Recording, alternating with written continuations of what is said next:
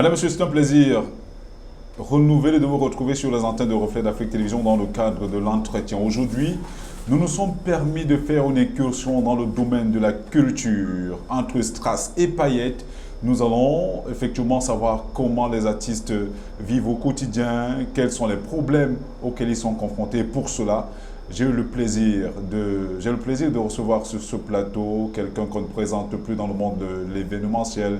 Pour ceux qui le connaissent, on l'appelle Olivier Dil. Bonjour Olivier. Bonjour Thierry, bonjour aux téléspectateurs de Reflet d'Afrique. C'est un plaisir de vous avoir sur notre plateau, je le soulignais tout à l'heure. D'ailleurs, on en parlait dans les coulisses de cette émission. Bien sûr.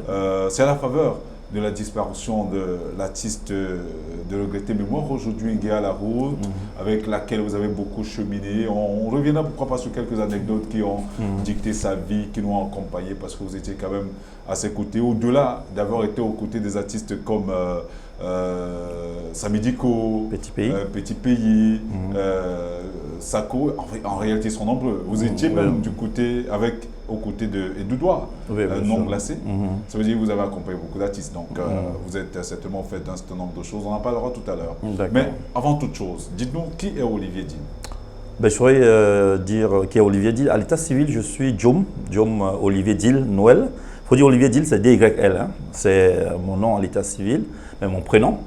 Donc Djom, DJOM, Olivier Dil Noël. Je suis originaire de la Sanaga-Maritime, à Pouma. Donc je suis né le 25 décembre. Donc vous êtes du même village que Samuel Eto'o, oui, même département. Ou alors, oui, parce que lui, il est de Ngambé. Donc il passe par chez moi, on est arrivé chez lui. Par contre, je suis du même village qu'Omambik. Ah, t'as mieux. Voilà. Omambik qui s'est illustré avec la tête. Voilà. Et il faut dire que c'est même par Pouma Football Club qu'il entre dans l'équipe nationale. C'est un plaisir justement. Voilà. Donc, mais moi, j'aime me définir comme un Africain d'origine camerounaise. Parce que je me retrouve partout au Cameroun. Maintenant, on ne choisit pas son village. Je suis fier de mon village d'origine, qui est donc Pouma, et de mon ethnie qui est Bassa. Mais je me définis comme un Africain qui est d'origine camerounaise. Je dirais, peut-être on n'en parlera, si le temps le permet. Vous avez également fait vos classes du côté de la Côte d'Ivoire. Oui, là, c'est après. Mais bon. C'est la raison pour laquelle peut-être vous vous définissiez comme un Africain au sens holiste du terme. Je le dis parce que pour moi, l'Afrique a été définie par les colons. Mais à la base, l'Afrique ne devrait pas avoir de frontières. Avec le Gabonais est congolais, le Congolais est camerounais, nous sommes tous des frères. Ce sont des frontières. Mais les frontières qui. Voilà. Donc ce sont les Blancs qui sont venus nous séparer. Donc nous tous, nous sommes des Africains. Et on est originaires de quelque part, mais on est à la base tous des Africains. Donc Olivier Dil, je suis diplômé supérieur en communication d'entreprise et en communication des organisations. Et j'ai commencé sur le groupe TV+. Canal 2 International, Suite FM. 2013-2014, je crois. Non, pas 2013, c'est hier, là, 2002. 2003, je veux dire, 2002-2003. Mais 2013, c'est hier, là. Oui, la belle époque. Là où on a eu l'opportunité de se connaître, Thierry. Et on a travaillé ensemble. Voilà, donc, je suis, je ne sais pas ce que je veux dire, parce que je suis dans ce métier depuis les bancs de l'école. Ceux qui sont originaires, ne peuvent pas originaires, ceux qui sont résidents de Bouna Moussadi me connaissent avant. Canal 2, Suite FM. Juste une anecdote, on a également appris que vous connaissez tous les bons coins de Bouna Moussadi. Je suis un gars de Bouna Moussadi. Je suis arrivé à Bouna Moussadi à l'âge de 7 ans. Vous savez, on mange du bongo. J'ai eu mon CPE à Bouna Moussadi. Voilà. Bertrand qui est parmi l'équipe technique, il sait bien de quoi je parle. Voilà, donc il faudrait dire que j'ai commencé à faire dans les conseils scolaires, étant au lycée. Et après, j'intègre Suite FM par le biais d'un casting organisé à l'époque par Eric Omed Otou, qui était le chef de chaîne. Un très bon animateur. Très. L'un des meilleurs. Oui, qui nous a quand même, à l'époque, je crois en 2002, on l'a dit tout à l'heure, encadré. Ah, le fameux casting. Voilà. On passait en direct. En direct sur les antennes. Voilà. Je me rappelle, on a fait ce casting ensemble. Voilà. Nous étions nombreux. Il y avait les Roginono, les Bertie Bertrand. Qui, je crois, il est passé par Balafon aussi. Oui. Aujourd'hui, il est reparti à Suite FM. Au fait, on est passé en direct. Et c'est les auditeurs, il faut dire. Hein. Ce n'est pas les castings qu'on fait aujourd'hui là. C'est les auditeurs qui votaient, voilà, et ceux qui étaient obtenus. Nous étions une centaine. Bon, on a eu la chance d'avoir été. Pas la chance, hein. On a eu le talent. Le talent. C'est vrai que la chance aussi, on la provoque. Hein. Il faut d'abord être talentueux avant d'embrasser cette voie. Donc, c'est par là que j'intègre Ensuite FM en 2002. Et après, bon, en 2003, Franck Lali arrive et il demande donc que je m'occupe de l'événementiel, le Sénégalais ivoirien. Il demande que je m'occupe du côté événementiel de Suite FM. Bon, c'est donc là, il me demande de concevoir un événement pour lancer la radio. Il me parle d'un concours de beauté parce qu'il avait marché beaucoup dans Bonhomme Sadi. On lui avait dit, Olivier Dill, c'est l'événementiel ici et autre tout. Donc je lance donc le Suite Masters Miss. Et quand je lui dis que le volet sera beaucoup plus pédagogique et autre, lui il ajoute Académie. Donc on lance le Suite Masters Miss Académie en 2003. Voilà. Je ne sais pas s'il faut dire autre chose. Il y a tellement à dire. Ce sont vos débuts dans l'événementiel parce que je me rappelle Suite Masters Miss était suffisamment... je dirais pas vulgaire. En réalité, je suis à la recherche de ce mot, mais c'est quand même un concept qui, dans le monde de la communication, on parle de lièvre, qui a tiré la radio Suite FM. Oui, c'était un véritable lièvre. C'est le but. Le but. Je crois que par la suite, il y a eu beaucoup de Suite Masters. Il y a eu 6 éditions. Non, pas marché, là c'est autre chose. Il y a eu 6 éditions. Il faudrait dire que le but premier de Franck Lali, quand il arrive, c'est promouvoir, faire connaître la radio. À l'époque, il y avait 3 radios. Il y avait RTM, je vais dire privé, Equinox et Suite FM. Donc, Equinox, RTM était l'avant Suite FM. Donc, il fallait trouver une astuce pour que la radio soit connue. Il m'a donc demandé de penser à monter un projet qui pouvait le faire. Et donc, le Suite Masters Miss Academy est né. Et puis, bon, ce n'est pas mes débuts dans l'événementiel, mais les débuts, je peux dire, dans le cadre professionnel. Parce qu'avant ça, je faisais déjà des événements un peu de partout.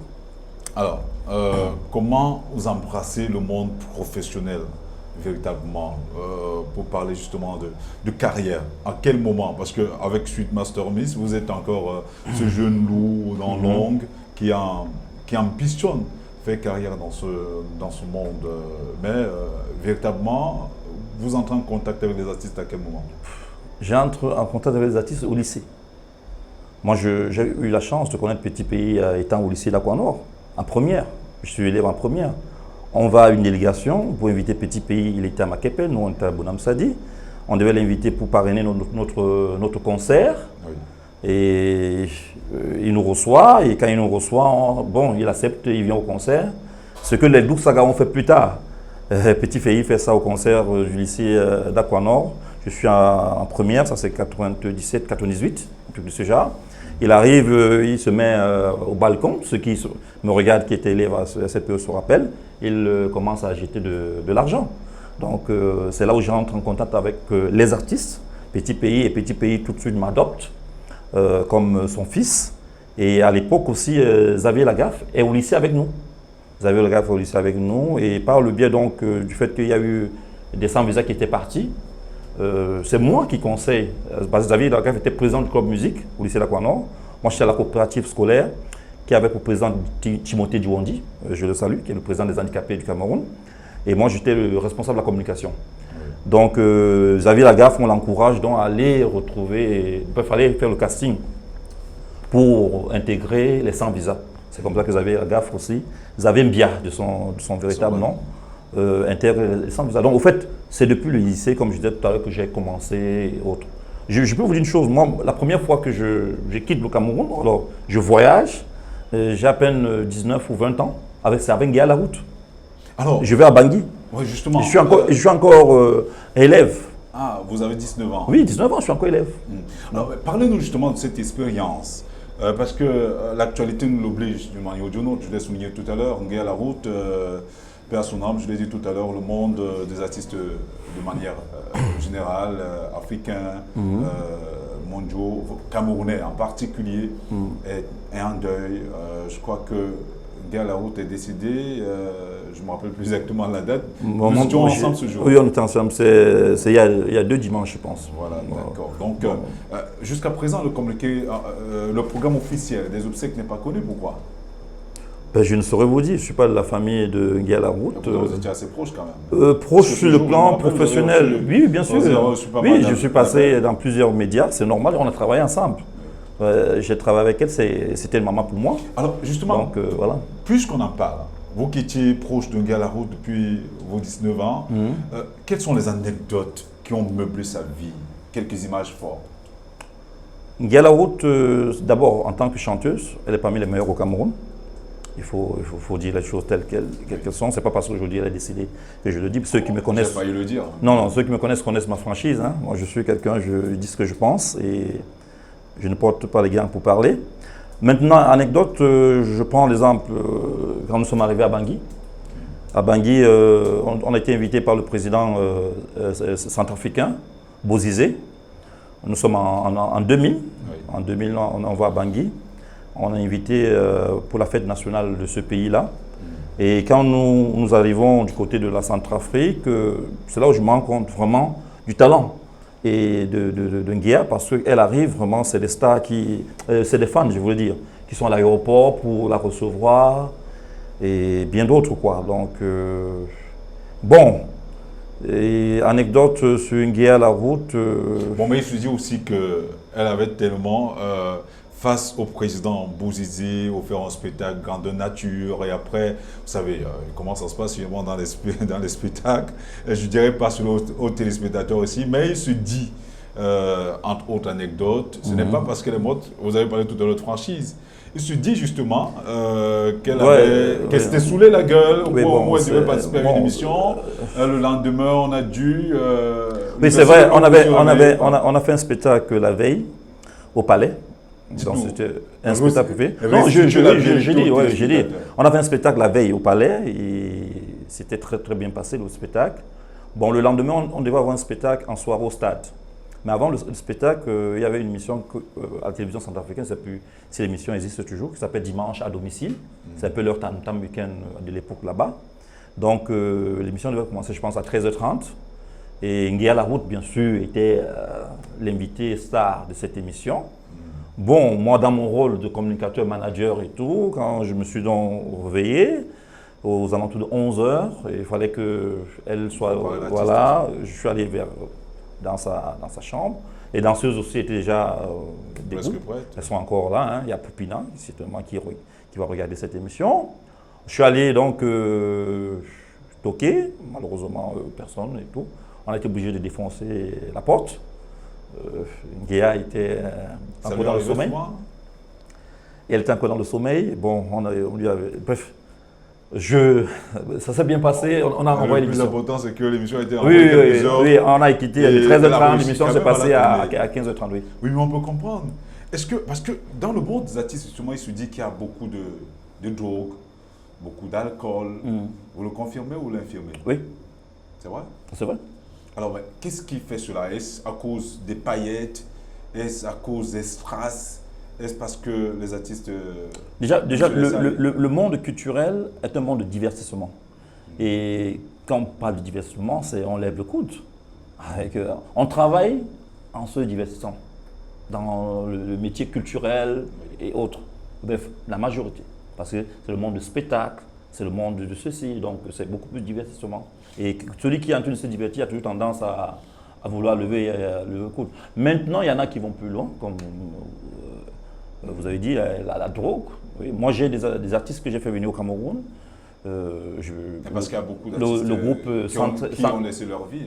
Le groupe 113 Factor Is, j'ai organisé un concert au Cameroun en 2005 avec Solange Biala qui était parmi les présentatrices et autres. Oui. Du côté de STV. Quand les gars sont arrivés à l'aéroport, la première chose qu'ils nous ont demandé, ils peuvent trouver le truc où. C'est une réalité. C'est une réalité. Et c'est là où je me suis rendu compte qu'il y a un papa qui était assis souvent, qu'on appelait la boutique là, c'est Tati, c'est quoi? Il y a une boutique qui était à quoi là? C'est Tati, j'oublie. Oh, c'est pas important. Bref, il y a un papa qui était assis là, comme on appelle ça un mendiant, c'est lui qui vendait. Ça c'est la réalité. Oui, c'est là que je me suis rendu compte et tout, parce que les gars voulaient absolument ça, avant même d'aller à l'hôtel. Donc, ça c'est comme ça. Bon, chacun est libre de faire ce qu'il veut. Il y en a pas contre qui ne boivent pas. Petit P ne boit pas. Ah bon? Oui. Il y en a qui ne boivent pas. Petit pays ne boit pas. Et là, c'est tellement d'autres pays. Je ne sais pas. Mais on n'est pas là pour parler de petits pays. Petit pays ne boit pas, non, non. On parlait du monde. Vous disiez Voilà, que l'alcool et tout. Je vous dis qu'il y a des artistes aussi qui ne boivent pas. Alors, il y a des artistes qui ne boivent pas, comme par exemple Petit Pays. Voilà, Petit Pays ne boit pas, ne fume pas. Oui. Mais Petit Pays peut vous offrir même tout ce que vous voulez, mais lui-même, il ne boit pas. Voilà. Voilà. Il y a beaucoup d'artistes comme ça, hein. Il n'y a pas que Petit Pays. Père à son âme, le feu Toumba Mika ne buvait pas.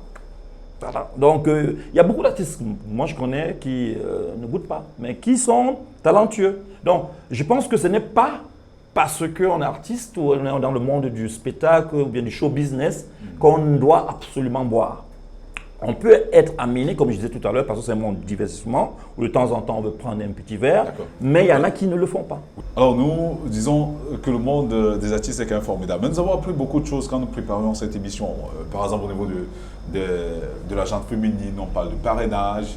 Ces jeunes filles qui veulent, par exemple, se lancer dans le monde de la musique. Beaucoup ont peur de le faire parce qu'on parle de cela, on parle de parrainage, on parle d'assistance, on parle de beaucoup de choses quand même. Vous qui êtes proche de ce monde-là, est-ce que pour réussir en tant que jeune fille, il faut nécessairement prêter le flanc à cela, le doigt de cuissage? Est-ce que ça existe dans votre monde-là? C'est pas que dans le monde culturel. Hein. On parle pour les il faut pas stigmatiser, non, je comprends. Il ne faut pas stigmatiser ce monde. Ça existe partout. Même l'alcool, la drogue dont on parlait tout à l'heure, existe dans d'autres domaines. Ce n'est pas que le monde culturel. Le problème du monde culturel et artistique, spectacle, c'est que c'est un monde qui est en avant. On est devant des projecteurs. Oui. Ça veut dire que quoi? Si Thierry Yompé prend un verre de plus dans un snack ou bien dans une discothèque, ça va faire effet. D'accord? Le monsieur qui travaille dans un bureau, je ne sais pas quelconque, il peut être sourd matin, midi, soir, on n'en parle pas. Donc, dans tous les domaines, il y a des dérives. Ce n'est pas que le monde des spectacles. Malheureusement, dans le monde des spectacles, c'est plus en avant parce que c'est un monde de Starmania et autres. Donc, le droit de cuissage dont vous parlez et autres, parrainage, ça existe bien sûr partout. Maintenant, par rapport aux jeunes demoiselles qui veulent faire ce métier, il faut d'abord croire en soi. Dans tout métier qu'on veut faire, il faudrait qu'on ait l'amour du métier, qu'on croit en soi pour y être. Il ne faudrait pas vouloir faire le métier pour passer à la télévision. Ou alors pour être écouté, dire au quartier, est-ce que tu m'as vu à la télé? Oui. Est-ce que tu as écouté ma chanson à la radio? Non. Il faut faire d'abord le métier parce qu'on l'aime. Oui. Et maintenant, quand vous aimez un métier, que vous avez le talent, vous allez arriver. À force de travailler. On peut vous bloquer, on peut vous ralentir, mais si c'est dit que c'est votre métier, vous allez arriver. Maintenant, il y a beaucoup de jeunes artistes camerounaises qui sont dans ce métier pour se prostituer. Il faut le dire, ça c'est une réalité. Comment? La majorité des artistes qui font la une, je ne citerai pas les noms, mais je pense que ceux qui on se comprend, sont dans le métier beaucoup pour vendre leur physique. Ah bon? Oui, oui, bien sûr. Je dis bien la majorité. Qu'est-ce que le physique a à voir avec les productions intellectuelles? Parce qu'en réalité, ce sont des œuvres de l'esprit. Je vais vous dire une chose. Quand vous regardez certains vidéogrammes de certains artistes, pas toutes, hein, mais sur 10, au moins 7 ou 6, certains artistes, vous voyez qu'elles sont presque... dévêtues? Oui. On va me dire, c'est un clip. On vous dira que ce n'est pas le propre du Cameroun. On va me dire, c'est un clip et que ce n'est pas le propre du Cameroun. D'accord. D'accord. J'accepte. Maintenant, il y a un autre volet qu'il faut noter. Les artistes femmes, les artistes chanteuses femmes, les artistes chanteuses, c'est mieux, sont les mieux lotis dans le milieu. Avec elles ne souffrent pas pour... Donc pour vous, cela est dû à cela? Je suis du métier. Vous avez dit tout à l'heure que j'étais proche, mais moi je vous dis que je suis du métier. Actuellement, on ne vend pas les disques. Il n'y a pas de spectacle. Mais il y a des artistes qui font des clips à 3 millions. Ils prennent l'argent où? Il y a des artistes... Des économies, bien sûr. Économies où? Mais en même temps, non, écoutez, dans le domaine de la musique. Je sais de quoi je parle. Je ne veux pas citer les noms, mais la majorité des artistes chanteuses camerounaises, je dis bien majorité, sont dans le milieu. C'est une autre forme, je ne veux pas dire de prostitution, je ne sais pas comment il faut appeler cela, mais la majorité déjà, elles arrivent dans le milieu, elles ne sont pas mariées, elles n'ont jamais de mec, Mais quand ils sont dans le milieu, elles vous affichent un mec aujourd'hui, il y a le clash qui se passe sur Internet, il y a 2 autres mecs qui apparaissent après, il y a ceci, il y a cela. Donc, ça c'est... Beaucoup de ces artistes-là, c'est justement par là où il y a des jeunes qui nous regardent, des jeunes demoiselles qui voudraient bien faire le métier, mais qui voient ceux-là qui ne sont pas un modèle, un exemple. Elles ont peur d'embrasser le métier. Donc je vous ai dit tout à l'heure qu'on ne vend pas les CD, il n'y a pas de spectacle, mais les artistes chanteuses au Cameroun ne souffrent pas. Quand on dit artistes chanteuses, stars ne souffrent pas au Cameroun. Elles ne souffrent pas du tout.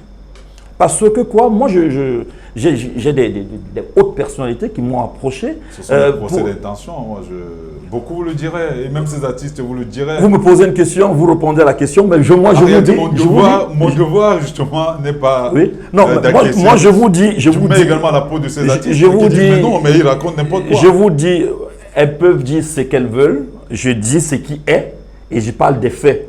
Je pense que vous êtes journaliste. Je vous fais comprendre qu'on ne vend plus les CD, seulement les CD. Vous voulez maintenant que je peux vous poser des questions. Est-ce qu'il y a des spectacles? Mais je vous fais comprendre que la majorité des chanteuses stars au Cameroun ne souffrent pas. Elles n'ont pas un problème de millions. Elles n'ont pas une autre activité parallèle. La majorité. D'accord.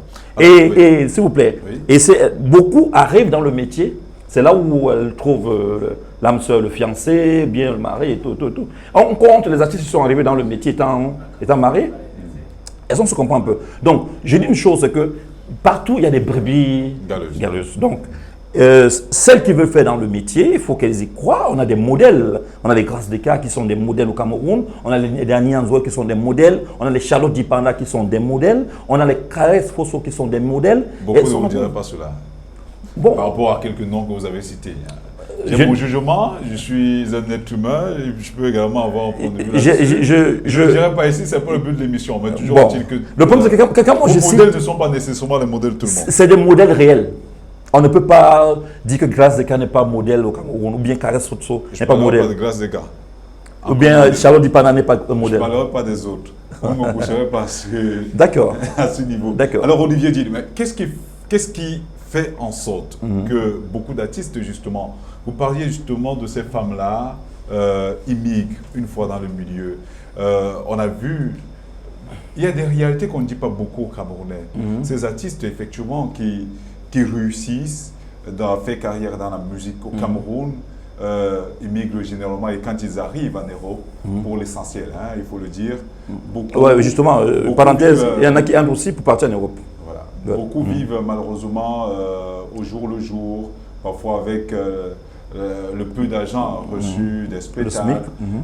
Non, des spectacles. Oui, voilà. Et on en connaît notamment en France. Et malheureusement, je ne citerai pas son nom ici. Il y a l'un qui est mort dans des conditions tragiques parce qu'en réalité, il passait l'essentiel de son temps à boire des demi-verres dans des snacks. C'était un spectacle du côté de la France, notamment Annemasse et les autres villes, pour ceux qui savent de quoi on parle. Donc, qu'est-ce qui provoque cela? Pourquoi, à peine on est star dans son pays, qu'on cherche à s'immigrer? Déjà, il y a la précarité. Et la précarité, je dis toujours, elle n'est plus pas seulement du domaine d'artiste. Bon, comme on parle de ce domaine, restons-y. Il y a d'abord la précarité. Il y a aussi le politique et le gouvernant. Et je voudrais vous mettre à défi. Est-ce que vous pouvez me donner le nom d'un homme politique, outre que révolutionnaire, qui a été modèle dans son pays? Ou alors qui a apporté quelque chose dans son pays? J'ai bien... Non, homme politique révolutionnaire. Non, je reviens. Ça peut dire que quoi? Les artistes, quand je parle d'artistes, je parle de l'art, pas seulement des musiciens, doivent être bien encadrés dans un pays. Il faut avoir une politique pour l'art d'un pays, que ce soit les peintres, les sérigraphes, les musiciens, les cinéastes, tout cela. On doit les encadrer. Il n'y a pas de politique culturelle au Cameroun pour encadrer le domaine art. L'art culturel. De manière générale. De manière générale, n'est pas encadré au Cameroun. Donc, d'où donc cette précarité qui fait en sorte que quand un artiste a du succès au Cameroun, il a l'opportunité d'être invité en Europe par la diaspora camerounaise, il profite de l'occasion, il va y rester. Donc, c'est un peu cela parce qu'ils vont dire, quand il reste ici au Cameroun, déjà, il n'y a pas de spectacle, on ne vend pas les CD. Là-bas, au moins, il peut faire un petit job. Vous savez qu'il y a des artistes qui font d'autres jobs, qui sont peut-être vigiles, qui lavent des trucs, voilà, qui font des petites... voilà. J'en connais, hein. Voilà. C'est pas le lieu d'en parler ici. Voilà. Et il y en a aussi qui font des spectacles aussi. Voilà. Donc c'est un peu cela. Il y a cette précarité. Moi, je veux vous raconter une chose. J'étais avec un artiste dont je tairai le nom ici. On a reçu un coup de fil d'une haute personnalité de ce pays. Il faut se dire que ça peut dire que les personnalités, les hommes politiques et les hautes personnalités aussi contribuent à localiser le domaine artistique. On a donc reçu un coup de fil. On arrive, le monsieur nous invitait, prendre un verre, manger un petit bout. On arrive, le monsieur il était avec six demoiselles, bien et tout, dans un endroit bien huppé. On mange, on boit et tout. Bon, on commence à échanger avec les filles. Quand on échange avec les filles, il y a une à côté qui est très fan de l'artiste. Quand le monsieur se lève, qui dit à l'artiste, c'est moi qui ai demandé qu'on appelle. Le monsieur a mis le haut-parleur pour dire que tu es son petit. De temps en temps, il te donne les 100 000, les 200 000. D'abord, il va t'appeler là, maintenant tu vas venir. Donc, vous comprenez. Donc, le monsieur appelle l'artiste en disant sa copine, ou alors l'ami de sa copine, est fan de l'artiste. Mais c'est vache quand même. Oui, mais c'est comme ça. Et donc, il appelle l'artiste pour dire, ah, c'est mon petit. Comme on dit au quartier, c'est mon petit. Et il va l'appeler là, il va venir. C'est petit qui dépend des 100 000, 200 000. Il va l'appeler, tu vas il va couvrir, il va venir. Donc, voyez un peu. C'est quand même très moche. Hein. Mais justement, vous qui, dans le cadre de vos activités événementielles, vous avez approché d'une manière ou d'une autre le ministère en charge de la culture au Cameroun. Je crois que vous avez même été reçu à plusieurs reprises par le ministre de la Culture, le professeur Mouelekombe. Pas les trois ministres, Amatou Toumouna, Mouelekombe et Bidoupat. Alors, mais que parliez-vous? Pourquoi, au-delà justement de ces rencontres-là, qu'est-ce que vous dites? Quelle est votre vision de la gestion de la culture? Est-ce qu'il vous arrive souvent d'en parler avec ces ministres-là, d'en discuter? Qu'est-ce qu'ils vous disent? On vous dit toujours que le budget du ministère des Arts et de la Culture est le plus petit budget. C'est un budget, je pense, de 4 milliards ou 5 milliards, je ne sais pas. C'est généralement ce qui ressort des échanges avec ces ministres qui ont la volonté de travailler. Hein. Il faut dire cela. Parce que moi, personnellement, j'ai été reçu par ces trois ministres-là, pas par un coup de fil. J'ai écrit. Et puis on m'appelle, on me reçoit. Donc moi, parce qu'il y a des gens qui ont aussi tendance à beaucoup dire qu'il faut avoir quelqu'un. Oui. Moi, personnellement, Amatou Toumouna, un jour comme ça, j'ai été appelé, j'ai été reçu. Le professeur Mouelekombe Narcisse, même chose. Bidoupat, même chose. Moi, j'écris. Et il faudrait dire que ma structure, Yanni Africa, est agréée au ministère des Arts et de la Culture. Donc, chaque fois que vous causez avec ces personnalités, il faut comprendre qu'il y a de l'argent. Il n'y a pas d'argent. Oui. Il n'y a pas d'argent pour gérer tout. Et vous apportez vos idées. Je vous dis une chose. En 2013, j'ai fait tout un document que j'ai porté à l'attention du ministre Amatou Toumouna sur le côté vestimentaire de la jeunesse, dans la décoration des tenues vestimentaires et autres. Et je ne sais pas, vous vous rappelez une année là où on a dit que les ministères ont demandé aux jeunes filles de ne plus s'habiller et tout. Hein. Donc on a écrit et tout. Donc on apporte quelque chose, mais malheureusement, il n'y a pas une suite, il n'y a pas quelque chose derrière.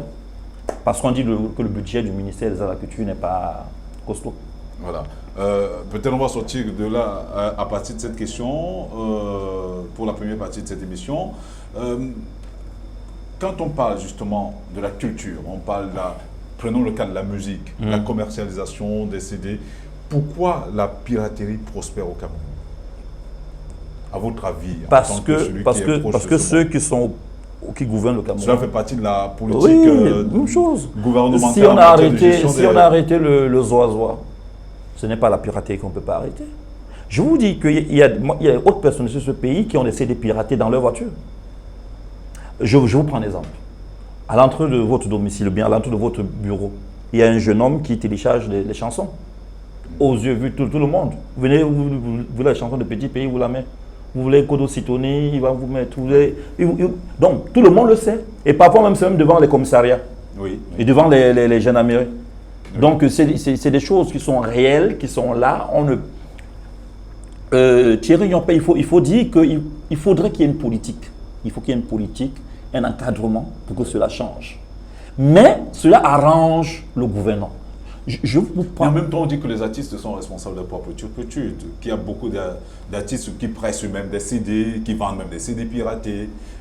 C'est la raison pour laquelle Aucun le artiste, combat, par exemple, de Papillon ne prospère pas parce que ils sont en même temps ceux qui dénoncent, en fait, des pompiers pyromanes. non, aucun artiste ne peut se pirater.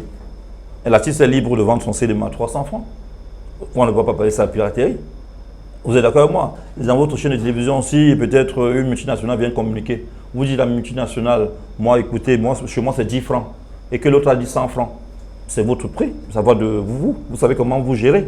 Donc l'artiste peut presser son CD, le vendre à 5000. Il peut presser son CD, le vendre à 300. Vu que ça va toujours dans la réglementation. Il n'y a pas un prix homologué. Donc chacun vend le CD comme il veut. Donc il n'y a pas un prix homologué. On a homologué le prix du pain. Mais le CD, chacun vend comme il veut. Vous voyez que ça revient toujours à ce que je vous disais tout à l'heure. Il n'y a pas de politique. Chacun fait ce qu'il veut. Maintenant, il y a des artistes qui veulent marcher, qui vont vers des pirates. Ça, il faut le dire. Il y a des pirates que moi je connais. Oui. Et ils vont vers des pirates pour que les pirates mettent leurs chansons dans leur CD piraté. Parce que, je prends l'exemple, si vous achetez un CD piraté, peut-être vous voulez écouter l'artiste Kodo Sitoni, et que l'artiste peut-être Diamant d'amour a sorti… qui n'est pas connu. Voilà. Elle va vouloir aussi être dans… Ou bien Aimé Style va aussi être dans le… Parce que quand vous allez aller à la maison, en écoutant, vous allez aussi tomber. Donc il y a des artistes qui payent les pirates, il faut dire cela. Ils savent de quoi je parle.